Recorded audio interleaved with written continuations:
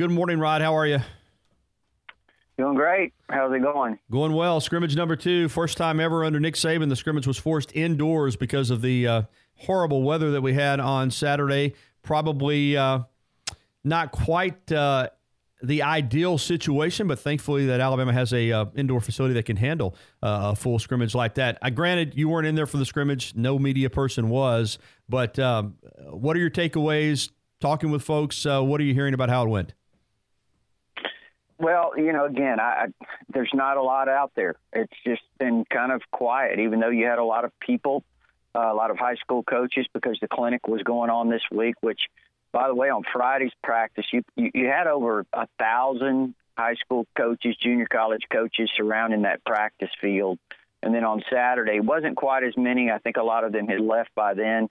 But when we were in there, there was still a pretty sizable crowd in the indoor facility. But Gary, again, it's when we just kind of look at overall, a lot of talk, of course, this spring about the experimentations on the offensive line or the tinkering, whatever, however you want to phrase it. I think that probably will continue into fall camp when we get there in August. Matt Womack will be back, and I think that they'll continue to reposition guys to try to get the best 5 guys on the field. That's not really necessarily anything unusual. They do that quite a bit. They've done it for, the last few years here, just trying to make sure that they get the guys positioned. And also, as Coach Saban has pointed out, having guys on the offensive line who can play multiple positions in the event that they're needed, in those spots.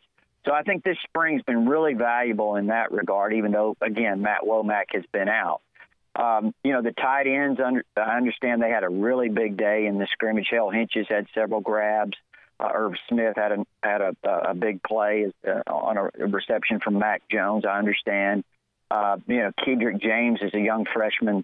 He was a freshman this past year. He's actually a sophomore rising for this season. But he's had some really good practices. Gary, I think he's a guy that, as we've mentioned in the past, is one to really keep an eye on. Wide receivers, obviously Terrell Shavers is out. He had the surgery on his big toe. Jerry Judy's out, so the numbers are down there. The backfield, we've heard really positive things about the running backs, Damian Harris, Najee Harris. Heard he's continues to have a big spring. Brian Robinson from here at Hillcrest, again, Gary, when you're talking about, the potential of Najee Harris, Brian Robinson's right there with him. I mean, he's had an excellent spring as well. Josh Jacobs has been dressed out, but not participating, wearing the black jersey. He's got the foot injury. On the defensive side of the ball, sounds like the front has a chance to be really good. Now, again, they're still trying to develop some depth there across the front, but Isaiah Buggs has worked at the nose. He's worked outside. Quentin Williams has worked at the nose a little bit. He's worked outside as well. Both those guys having big springs.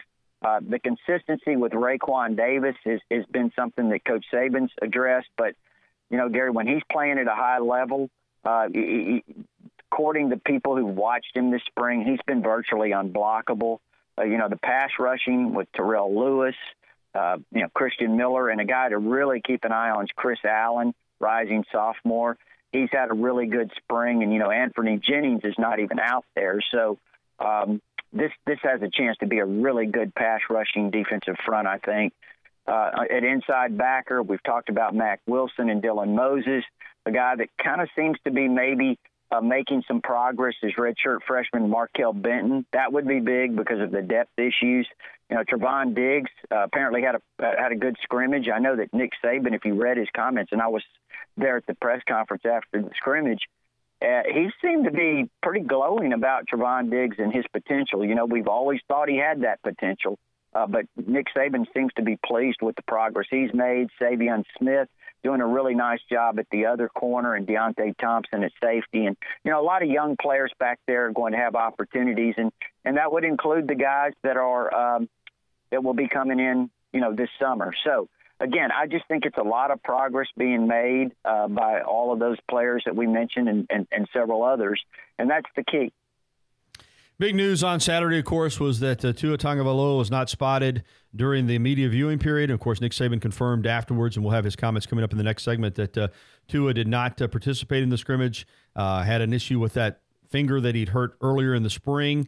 His status for the A-Day game is questionable. We'll see if he's able to play or not. I know they don't want to risk that. Do you think maybe it was a good idea to have him as active in practice as they had? Of course, you can always second-guess something after someone gets hurt again, but they had him throwing and had him going through a lot of the drills, and I don't know what happened. I was told he hit his hand on a helmet. Nobody knows for sure, but he wasn't out there on a Saturday, and his status for the coming A-Day game is up in the air now, it appears, Rodney.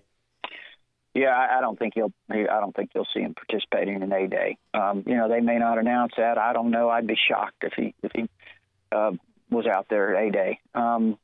As far as him participating after the initial injury, first of all, he was cleared medically. And, sometimes, Gary, these players and et cetera, they want more reps. They want to earn their spot. They've got a lot of, desire. He's one of those guys that, he didn't want to miss a rep. That's just kind of the way he is. And, sometimes coaches, I think it was whatever happened was probably pretty freak. Based on what I've heard, you wouldn't have expected it to happen again. You look at a guy like that after that initial injury, and, I think he's a franchise player. I mean, that's just the way it is. I mean, I think the guy's that good. Now, can Alabama win big without a great quarterback next year? And I'm not saying he's not going to be there. Sure. I mean, they've got talented players everywhere. But the point of saying that is this. I just think he is a fantastic player. And, you certainly want to protect him in every way.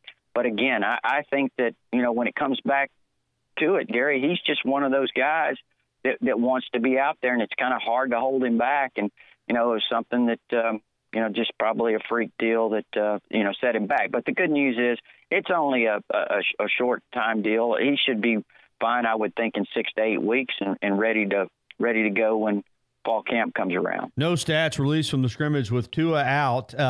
What were you able to piece together on Jalen and Mac Jones, how they performed? Well, from what I've heard, they both made some big throws. I mentioned the long touchdown throw to Irv Smith by Mac Jones.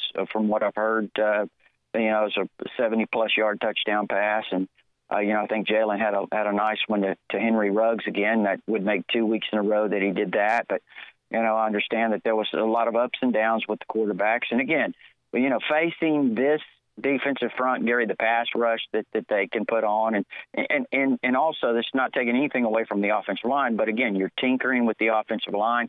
Most spring practices, you're going to see your defensive people, your defensive side of the ball and defensive front be ahead of the offense. That's only natural, especially here at Alabama. That's really the way you want it. I mean, if it's the other way around, it does make you a little bit nervous. So the fact that maybe the defense is a little ahead and pressuring the quarterback some, that's not anything necessarily that's unusual or alarming for that matter. But, again, I heard the quarterbacks were a little up and down, multiple interceptions.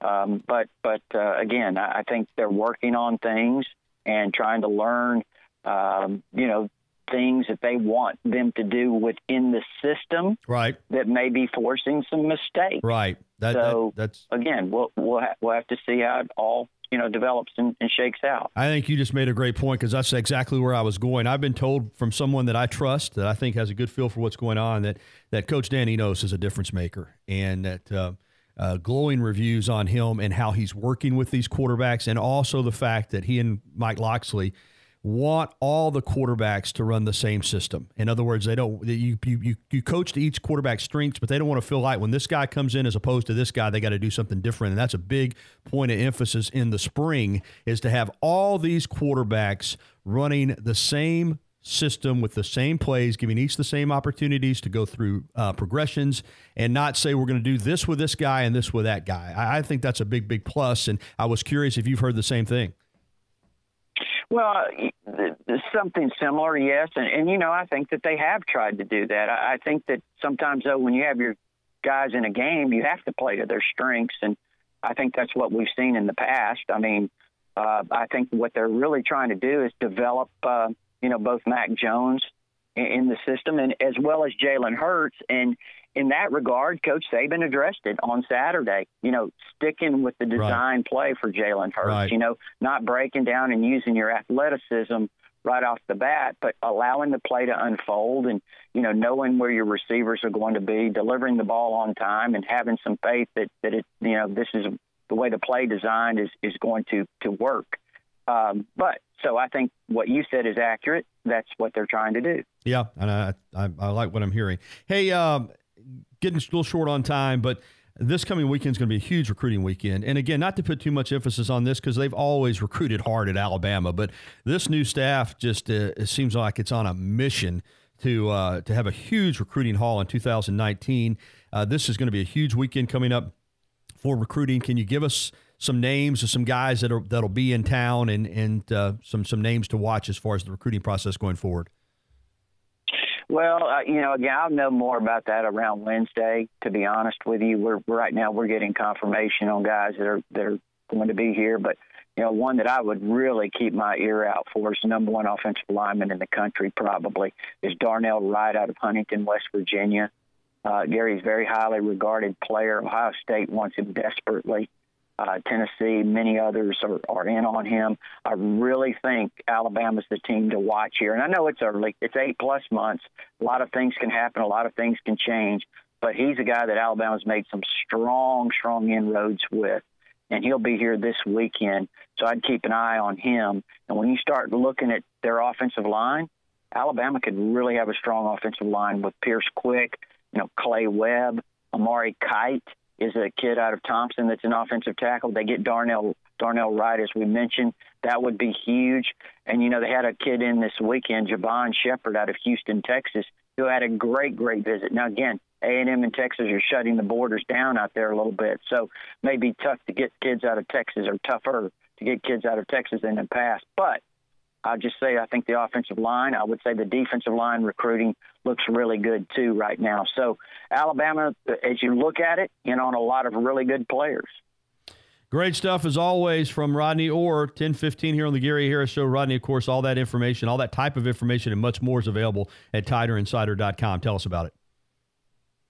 Yeah, TiderInsider.com. It's only $48 a year. You can get instant access with your credit card, or if you prefer, there's an address there to send a check. Gary, as you mentioned, the premium information on the front page, but also, there's a lot of discussion going on the forums. It's pretty much nonstop.